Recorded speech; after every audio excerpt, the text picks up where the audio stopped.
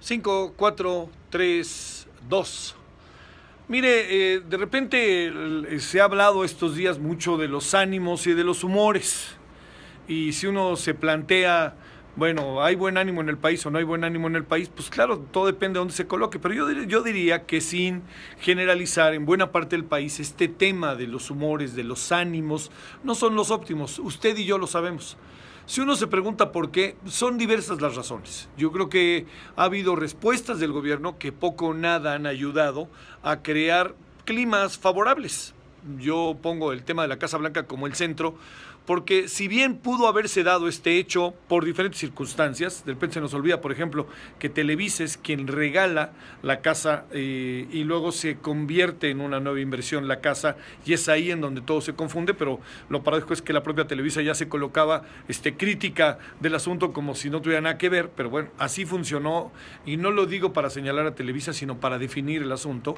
Lo que le quiero decir con todo esto es que pues la forma en que se respondió es un asunto en donde, bueno, si bien pudo haber habido un error o pudieron pasar cosas, la forma en que se respondió en este caso, en el caso de Malinalco, en ambos casos, usted y yo lo sabemos, pues sacudió a la opinión pública, ¿no?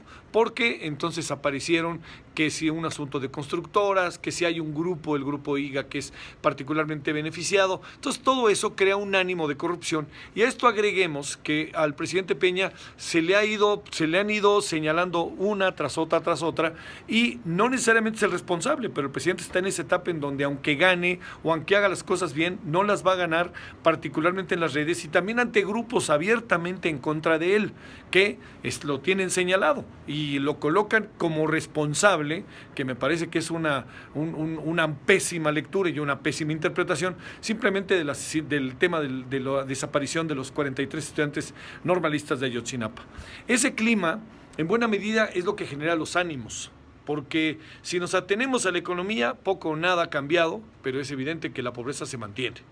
Entonces, si nos atenemos a varios elementos particularmente económicos, pues pareciera que habría algo que decir. No necesariamente estoy diciendo que esté bien, porque al fin y al cabo, si no se revierte el tema de la concentración de la riqueza, esto no cambia nada.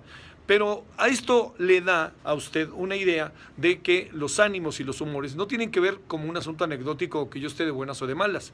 Tienen que ver con una forma de gobernar, y el gobierno se convierte en ese centro absoluto y definitivo de donde coinciden las formas de una sociedad en que se manifiesta y se expresa, y que tienen que ver con ese gobierno, lo que le provoca eso del estado de ánimo y le puede provocar malos humores.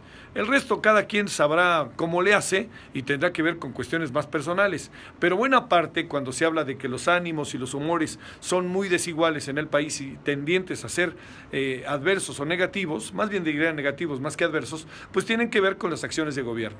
Y es ahí en donde creo que el propio gobierno no ha visto la relevancia que tiene actuar y reaccionar y tomarlo en cuenta.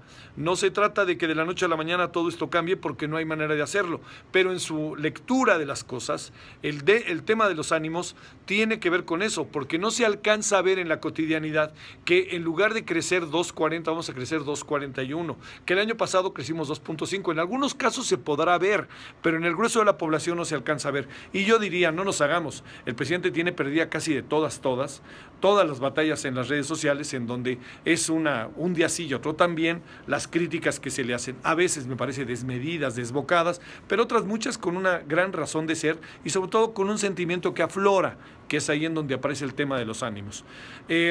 ¿Van a cambiar las cosas? Yo veo muy difícil que cambien las cosas. Yo creo que así nos vamos a mantener hasta el final del sexenio.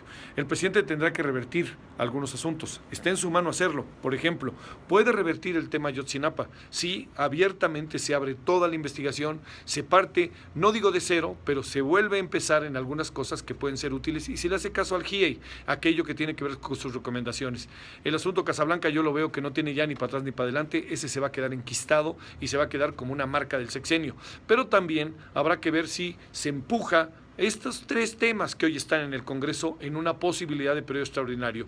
Lo que tiene que ver con el uso medicinal de la marihuana, que debe de tener algo más en cuanto al uso recreativo. Tiene que tener una respuesta más ahí también, a ver qué dicen los legisladores. Segundo, las leyes secundarias del Sistema Nacional Anticorrupción. Hay que empujarla 3 de 3. Y tercero, el tema de seguridad vía el mando único. Entonces, si el gobierno empuja, ahí pueden pasar cosas. Pero por lo pronto, que quede claro, esto de los ánimos no es un asunto anecdótico o es un asunto ahí como secundario o hoy traigo ganas y hoy no.